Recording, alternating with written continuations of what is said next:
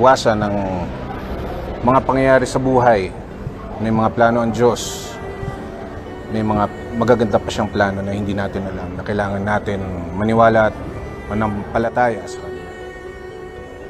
And sa aming pamilya, on behalf of my siblings, my family, my children, and my wife, maraming salamat po sa inyong lahat. Sa mga nandito na, sa may planong pumunta dito at hindi makapunta, basta alam po namin nandyan po kayo, sumusuporta, nagmamahal sa aming ina. May gusto lang po akong basahin sa inyo.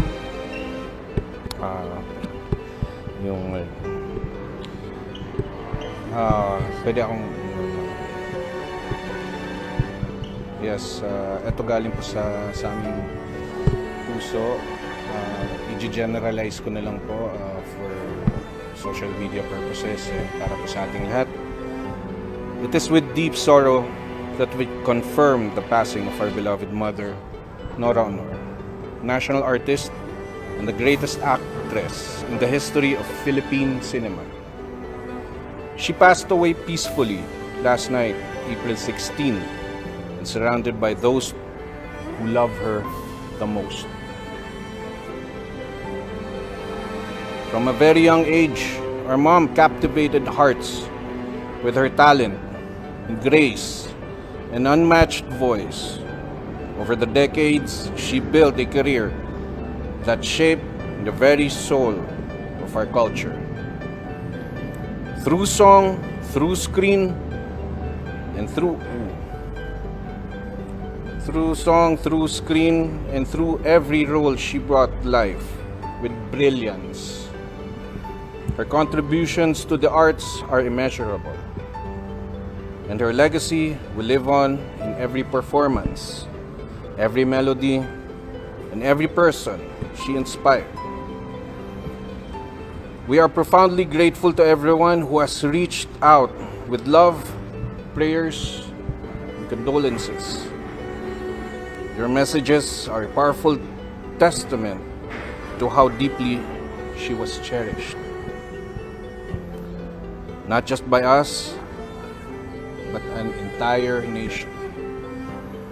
Thank you for honoring her life, her work, and the lasting mark she leaves behind.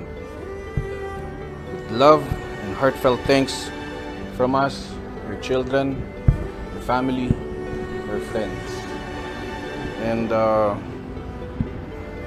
gusto ko lang po i-share, Kuya Lar, sa lahat na nanonood, yung mga naiwan niyang alaala sa amin, mga aral, and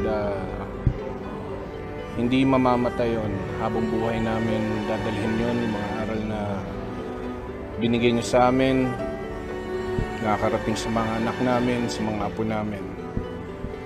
Ang mga aral na yun ay walang iba kundi maniwala sa Panginoon. Kumapit lang sa Kanya, kahit anumang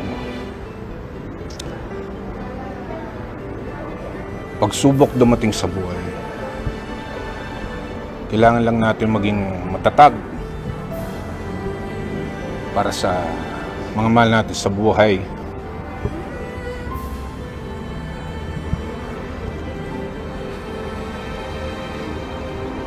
Sa pamilya namin. Ang mami namin, grabe magmahal yan eh. Alam natin yan. Grabe siya magbigay. Unahin niya mga ibang tao bago ang sarili niya. hinayaan niyang maging inspirasyon sa karamihan yung ginagawa niyang pagkakanta, paggagawa ng pelikula. Ginusto niya yung gawin dahil gusto niya iparating sa mga tao na ang tao rin ang nagbibigay ng lakas sa kanya,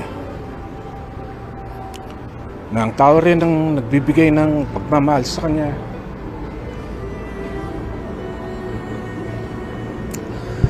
Kaya siya naging superstar. Kaya siya naging national artist. Dahil yun sa pagmamahal.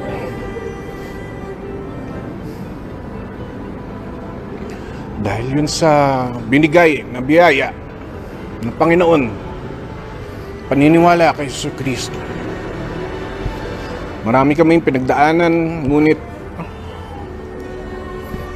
naging matatag kami dahil nakita namin naging matatag siya.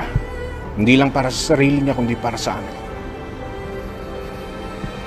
Kaya sa mga nagmamahal sa kanya, sumusuporta sa kanya, nagmamalasakit at nakakaintindi sa amin, maraming salamat po mula sa puso ko at sa mga kapatid ko, mga pamilya ko, asawa ko, mga anak ko, mga kaibigan naming totoo. Nakita namin yung buhay niya. Nakita natin lahat kung paano siya namuhay sa harapan ng masa, ng media, ng entertainment industry.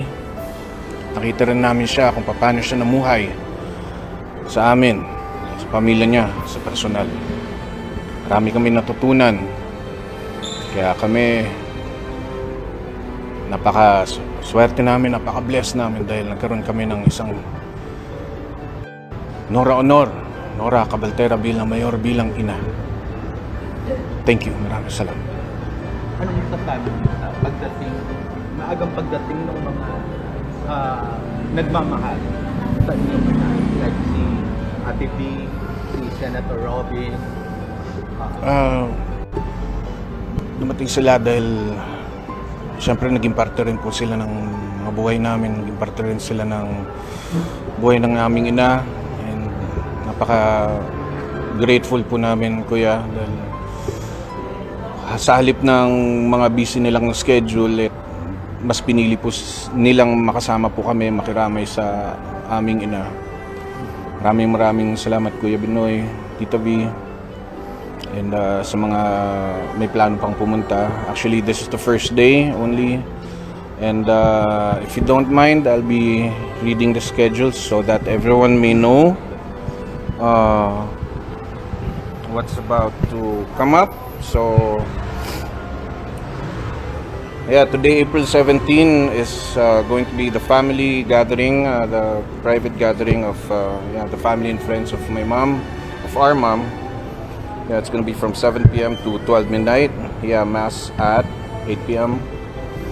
Tomorrow, April 18, Friday, it's also going to be another family and friends gathering.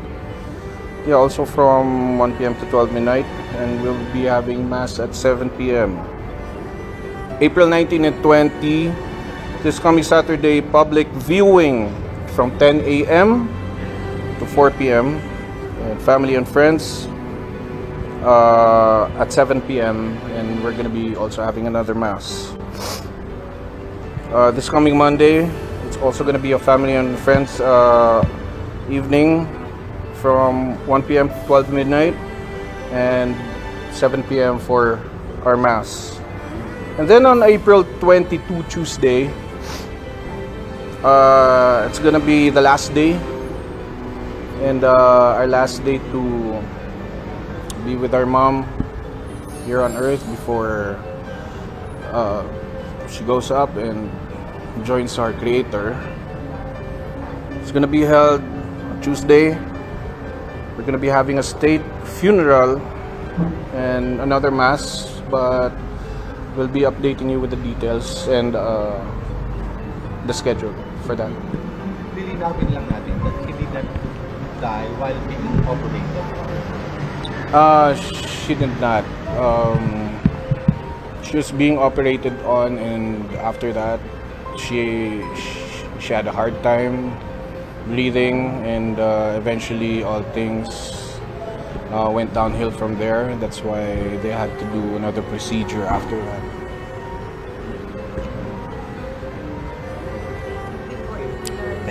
Thank you po. Thank you.